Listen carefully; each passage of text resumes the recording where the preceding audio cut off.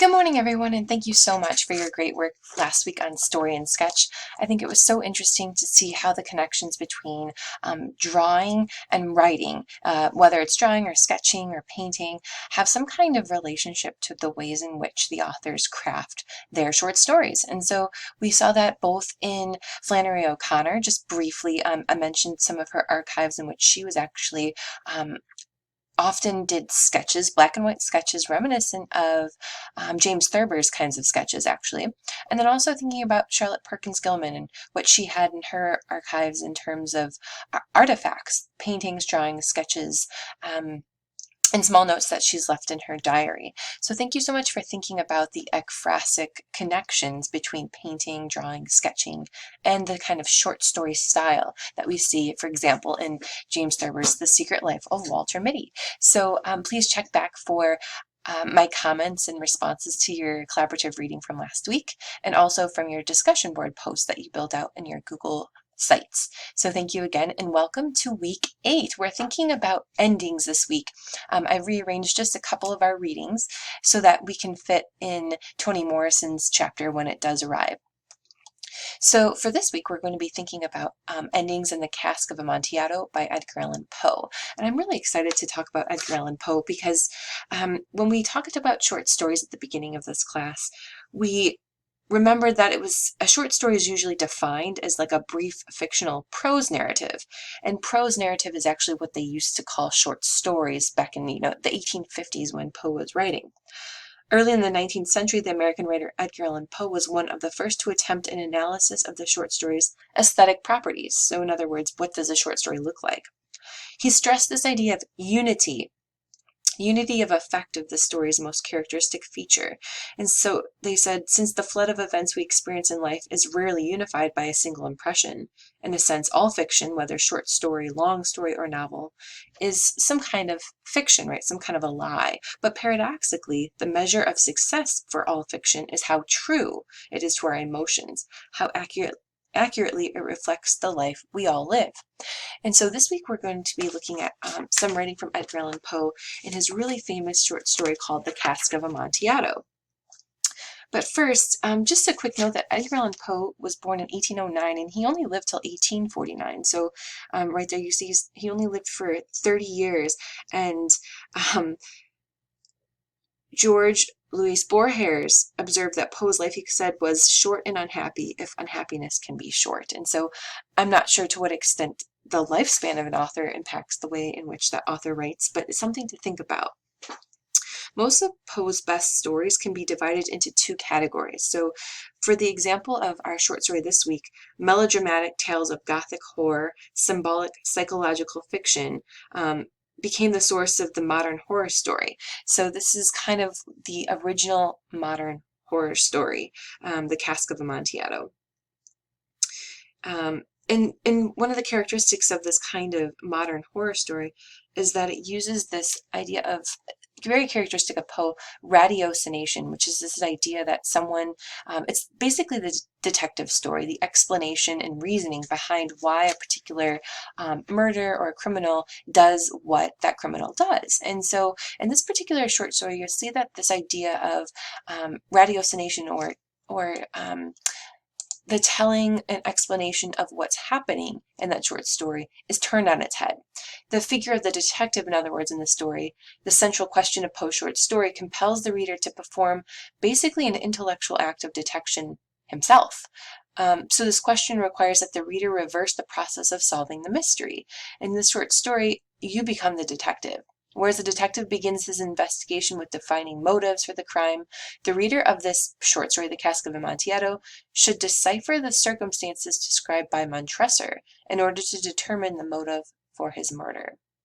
So, in other words, in this short story, we receive what's kind of looking like a confession. And so what I want you to think about as you're reading through the short story this week is to think about How reliable is our narrator, and what do you make of this role reversal in terms of solving a mystery? Why write the short story as a kind of confession? That's something I want you to keep in mind as you as you sort of read through the short story and add. I asked you to add 3 comments. Of course, you can always add more, and then I'd be welcome any kinds of comments that define terms, especially since this short story is from the 19th century. There are some kinds of unfamiliar language here. So casks, thinking about even what is Amontillado, thinking about the different kinds of cavernous language and vocabulary that he uses. I also want you to think about endings this week. How does Poe construct endings for his readers? Do you find this kind of ending and buildup provides closure? So in addition to thinking about this short story as something that requires a detective skill and also a decipherment of what exactly we're supposed to gain as readers from this kind of literary confession, I want us to also think about this idea of endings. So here's this quotation from Adam Gopnik, who wrote this article called An Anatomy of Endings. And he says, "Endings haunt us because they are our mortality formalized. They give us a simulated symbolic version of our own endings, which is either the clincher, sudden and expected and ironically right, or else the closer, a deathbed gathering. The grim trick, of course, is that as long as we maintain the sense of an ending, it isn't over. In life, we're all sitting in the diner listening to Journey as the Reaper in a tracksuit and sneakers slides across the linoleum floor. Like Tony in the diner," he's referring to Tony in The Sopranos, "our consciousness is incapable of its own closure. Endings are what life cheats us of. As long as a sense of ending hovers, this story goes on. We close the book, leave the theater, shut off the screen, and return to the world bewildered maybe, but still breathing. In this way, a bad finish is a great gift. Indignation at an unsatisfying ending being the surest sign of life." So what exactly are we supposed to gain from thinking about endings in this particular short story this week? The ending, in fact, is a confession. It's explaining to us how the author decided what to do with the ending, what Montresor decided to do in order to get revenge. And is revenge satisfying in this particular short story? That's a question you might also be thinking about. So this week, in addition to the endings in the Cask of Amontillado, I'd also like you to think about endings more broadly across literary examples. So in our shared slide deck, I'd like you to contribute one slide that showcases a literary example. That could be a short story, a poem, play, film, song lyric, continuation novels, adaptations, fan fiction, that imagines or continues or revises the ending of the text it imitates. I would like you to include a comparison between the two endings in addition to adding a representative image to the slide deck. And the last kind of assignment project that you get to work on this week, in addition to reading carefully through the short story, thinking about endings, thinking about point of view, the narrator's reliability, and also the sense of confession as satisfying or unsatisfying for the reader, I'd like you to add a journal. So this week you're not actually going to be building out anything from Blackboard, from your Google site. In fact, I'd like you to build a private journal that only I will be able to read for this week. Because this project's actually going to happen over 2 weeks. The first step for this week is to choose a short story we have or will be reading and craft an alternate ending of about 500 words. You will post this alternate ending next week, but before you begin writing, I'd like you to spend this week thinking about some revision, some processes of brainstorming and crafting and composing. So the first thing I'd like you to do this week is to kind of go back through some of the short stories we read and select a short story ending from our readings to revise. And so again, you can use any of the short stories we've read, and I want you to think carefully about how that short story ends.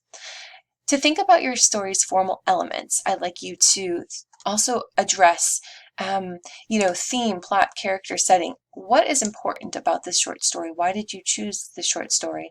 And sort of what are the kind of characteristic elements? Can you describe point of view? Can you describe the kind of characterization or plot? And I'd also like this assignment to sort of help test your alternate ending ideas with me. Your ending should model the same style and language as the short story it grows from. Record your answers to the below question in the Blackboard Journal post. Do not need to link anything from your Google portfolio this week. So again, this is the only space that you need to share with me. in terms of completing the discussion board / Google site post. It's only going to be in this journal for this week. So please answer these 3 questions. Which short story's ending would you like to rework, revise, and why?